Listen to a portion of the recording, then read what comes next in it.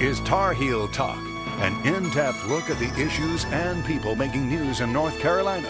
Here's your host, Sonia Williams. Today's show focuses on women entrepreneurs and keys to success even after setbacks. With us is Shelley Willingham, founder and CEO of Vision and Passion International. Welcome to Tar Heel Talk. Thank you. Thank you for having me. Great to be here. Now, tell us a little bit about your company, Vision and Passion International. So, Vision and Passion International is basically a holding entity for doing everything that I love to do. So it took a while to get there. I started my entrepreneur journey years ago, and through a lot of challenges and setbacks and even failures, I finally gotten to this version of myself where I decided I was going to do exactly what set my soul on fire, made me happy, what I was passionate about. And if the money came, it came. If it didn't, it didn't. It took a long time to get here, but this is what I do with Vision and Passion International. I, again, focus on projects that excite me. The biggest thing that I do within this organization is help other entrepreneurs. I help them no matter where they are in the process. So if it's getting an idea from their head and making it real, to getting out of a rut. They've been in business for a few years, they're a little stuck, they need some ideas to do something a little different, or entrepreneurs out there that are already killing the game and just want to take it to the next level. I can help them and help coach them through those processes. Okay. Tell us a little bit about how your journey began, because you said it's been a long process and you've had some setbacks. Yeah.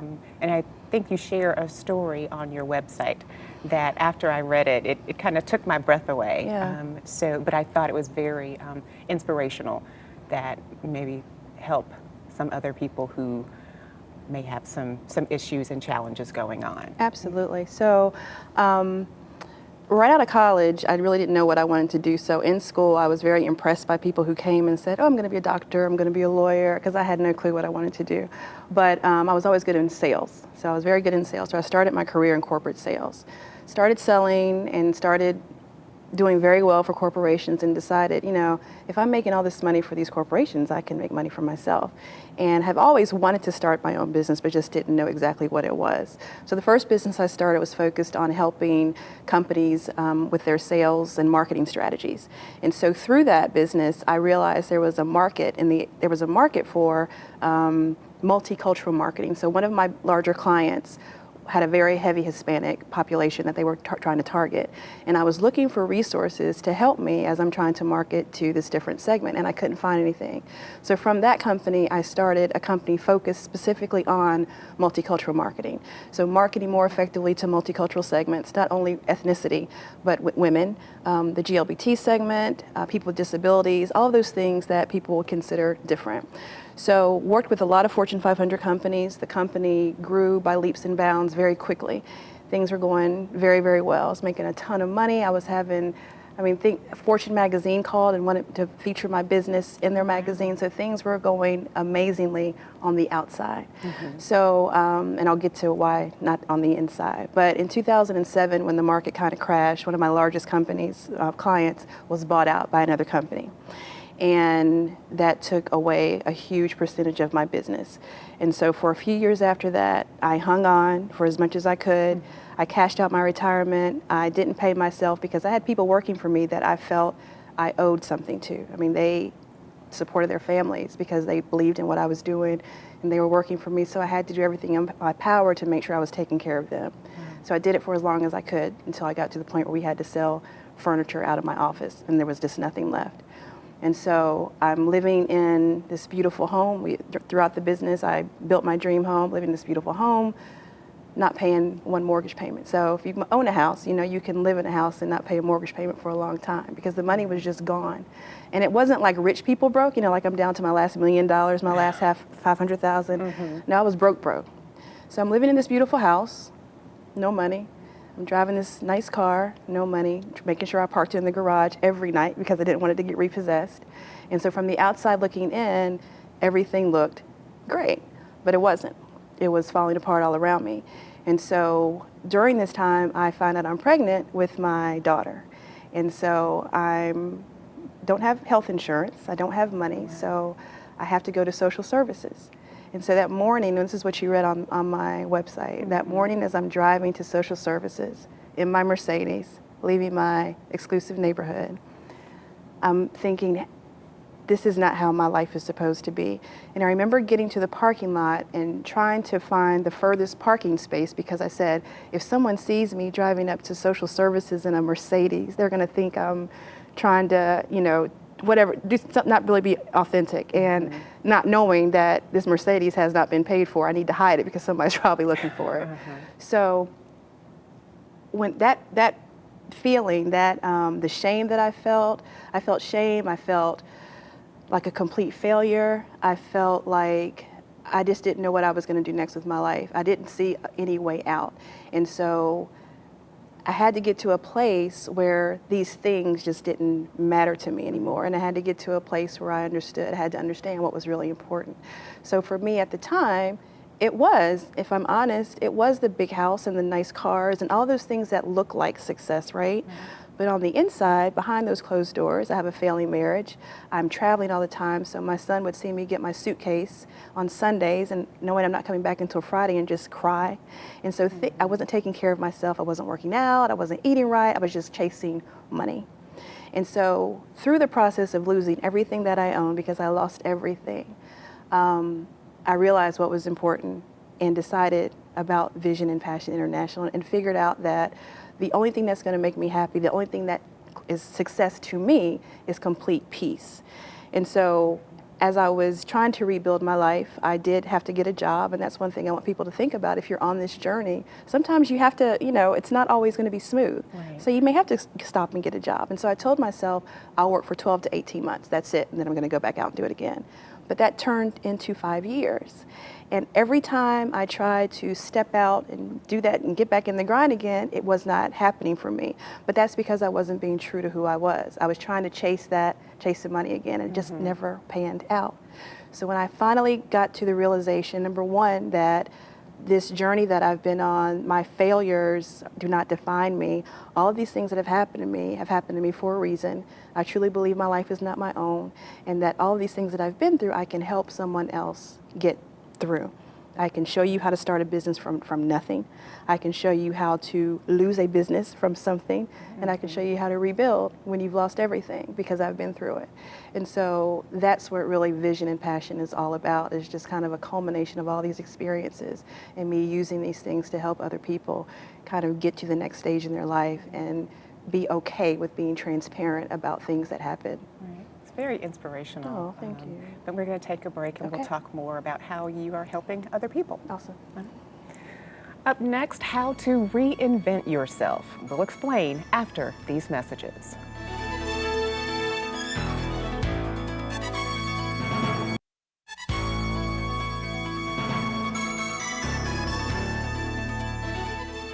We're talking today about women entrepreneurs and the keys to success even after failure. With us again is Shelley Willingham, founder and CEO of Vision and Passion International. Now, Shelley, before the break, you were sharing your personal story and how you were able to rebuild a business after losing it. How do you help other people to go through the thinking, the mindset that you had to go through, process it to be ready to take that step? So I think the biggest challenge with entrepreneurs is fear.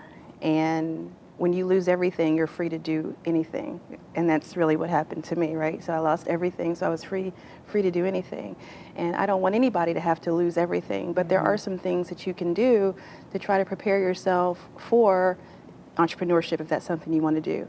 So stepping out on faith, that's a hard thing for people to do, but it's not that you're not going to be afraid, you just have to have courage and do it anyway. Right. So you've got to trust your gut. You've got to trust your gut. You've got to be able to work past your fear. And you have to know that whatever happens, everything is going to be all right. So it's very interesting. Before I had children, I was very, risk, it was no big deal to me because, hey, I'll take the risk. If I lose it, I'll build it back again. That was how I felt about things. So I don't think a lot of people think like me, but some people do. But a lot of people don't, and they need the security of, or they feel like they need the security of a steady paycheck every 2 weeks, or whatever or whatever it may be steady and feel like security for them. But what injustice are you doing to your soul if you aren't following your heart? what reason can you possibly have for not following your heart? And one of the things that I always wanted to make sure I never had was regrets. Now, we're going to have regrets as we get older and we go through life. We will have regrets about certain things. But I don't want to have regrets about something that I wish I would have tried, or God, I wish I would have done that. I'd never want to do that. So as I'm talking to people and I can sense and I know that there's something deeper in them, or they go into a job that they hate, Sunday night stomach starts churning, Monday morning on the way to work, they can't stand it. They sit in the parking lot when they get there for 20 minutes thinking, do I really have to go in? I mean, people go through this stuff on a regular basis. And a lot of times it's trying to figure out exactly what your passion is. So you've had dreams when you were younger. We think about things, and then life happens, right? And we don't think about those things anymore because we're like, oh, that's not practical. Every time I stepped out and left the job and started my business, my parents were happy for me, absolutely, and support me 100%. But there was always that, well, you've got your resume ready, right? I mean, just in case. So always that fear that they have. And a lot of people are going to have their own fears that they impose upon you, not because they don't want you to be successful, but that's just human nature and that's just how we are. So you've got to be really focused on your happiness and focused on your why and focused on knowing that whatever happens, you're going to be okay. So one of my favorite quotes is from Winston Churchill, and he says, success is not final and failure is not fatal. And what that means essentially is, and you can see it, people have ups and downs, people have setbacks, and so success is not final, right? Once you achieve a certain thing, doesn't mean you're always going to keep it, but you've got to be prepared to do the next thing if you need to. And failure is not fatal. It's not going to kill you. It might hurt. It might hurt your ego. It definitely hurt mine. But the lessons that you learn in a failure experience are so invaluable. And as I look at Shelly version 2.0, because that's what I say I am right now, I wouldn't be able to do these things and follow my heart and just really, truly pursue my passion if I didn't have those failure experiences to draw from. So I help people just try to push past their fears and help them understand that, you know, the world is not going to end if you follow your heart. Right.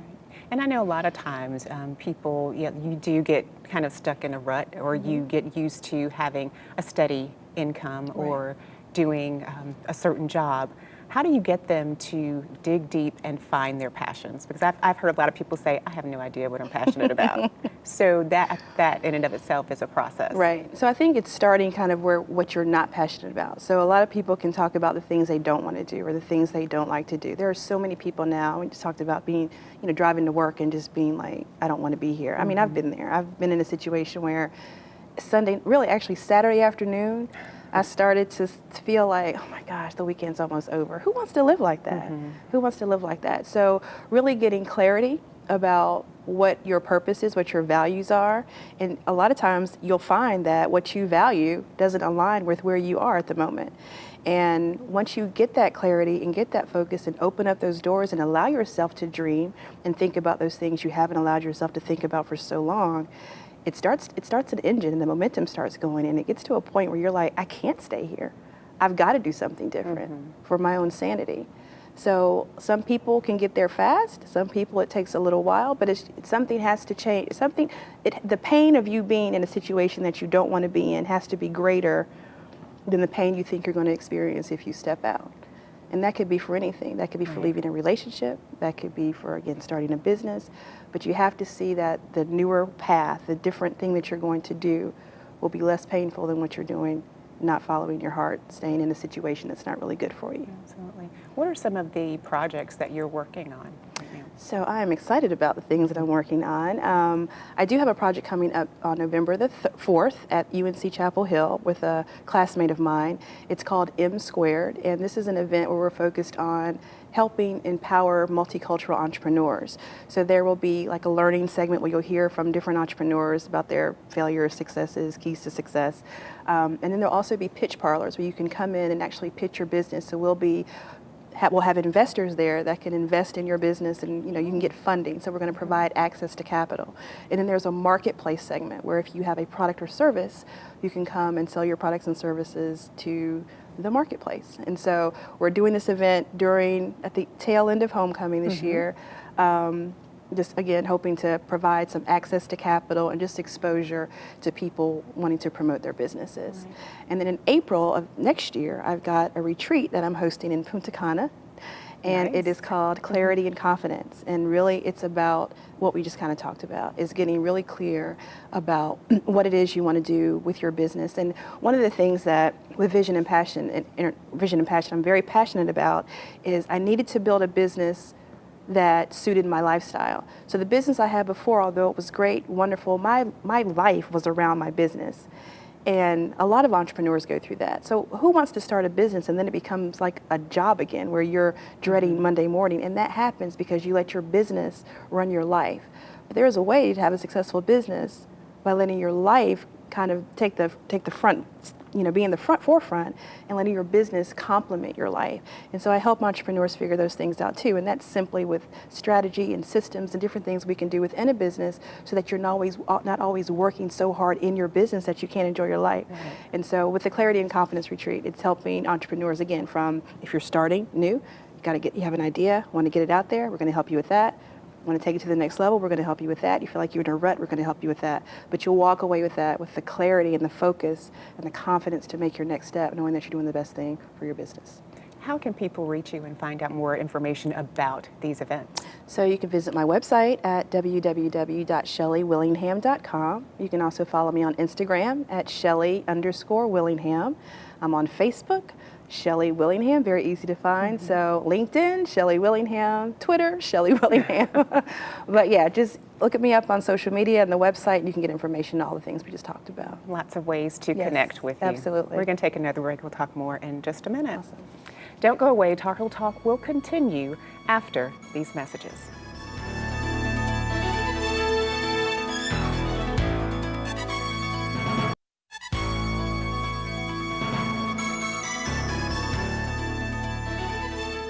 Welcome back to Tar Heel Talk. I'm Sonia Williams. Today's show focuses on women entrepreneurs and the keys to success even after setbacks. And with us again is Shelley Willingham, founder and CEO of Vision and Passion International. Shelley, before the break, you were talking about how you help people to find their passion and what makes them excited about getting up and not really necessarily feeling like they're working, but just enjoying life and doing something that they really love. When you look at some of the challenges that some of your clients have had, what have been some of the biggest obstacles? So that's a great question. And the biggest obstacle is mindset. And so for all of my clients, I start them on gratitude journals. And so if you're not already keeping a gratitude journal, I tell them to start a gratitude journal because it's amazing what happens when you express gratitude in your life. It kind of takes away that anxiety. So being in business for yourself is not easy, and so people want to make it look like it's a piece of cake, and it's not a cakewalk. And if you don't have the right mindset, you can feel defeated often. And so we start with mindset work, and then the other pieces are you talked about finding your passion, what that looks like. A lot of people don't realize you can monetize your passion. You can make your passion profitable. And so I help them figure those things out, what makes sense, what works, what doesn't work, and getting past the fear, understanding you're going to have fear. So that doesn't go away. You're always going to have the fear. But what happens is you build enough stamina and enough muscle, enough grit that you are courageous enough to work past that fear. Another thing I have my clients do is keep something called a brag book. And basically what that is just something that they write in every day, what they accomplished that day. And it could be something as simple as cooking dinner for my family. But we don't take time to celebrate small wins in most cases. And especially, entrepreneurs that you see, people are always on the grind. They're talking about I hustle, they sleep, whatever. I mean, all these sayings, it looks like people never sleep, all they're doing is working. But you're working for this huge thing, right? You're trying to get this, I'm trying to make my first $1 million or my first $1 billion or whatever it is. If you don't celebrate small wins throughout the process, you're going to burn out. So the brag book, and a lot of times when I bring this up, I get eye rolls, and they're like, really, I gotta do this? But it's very helpful, again, to remind yourself, and even going back and thinking, you know what, you graduated from college, great. You got through grad school, great. That was an accomplishment. That was something you did. So when things get tough and when things get hard, you can look back on this and say, you know what, I've done something hard before. I can do this. Or I'm celebrating myself on a regular basis, so you're getting in the habit of that. So even if it looks like a very small win in your business, maybe you got your website up, or you bought your domain name, whatever it is, we're going to celebrate those wins throughout the process. So the small things that are not necessarily the technical entrepreneur type stuff, but the mindset things I see a lot of times are what keeps people a little bit in bondage when it comes to really stepping out and doing their thing.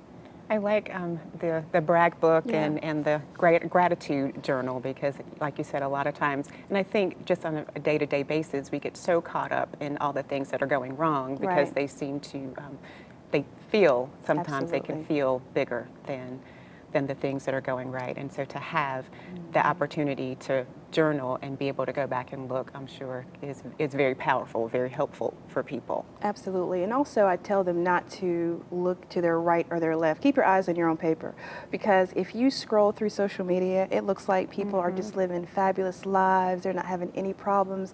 They started a business yesterday. They're a multi-millionaire today. I mean, that's what it looks like. No challenges, but that is not the case. So making sure that you're not comparing yourself. Another one of my favorite quotes is, comparison is the thief of joy. And it totally is. You stay focused on your path. What's for you is for you. Don't worry about what anybody else is doing. You don't need to compare yourself. It's not a race. They're not thinking about you, I guarantee it. Focus on what you're doing, follow your dream, follow your passion, and everything that's supposed to come to you will come.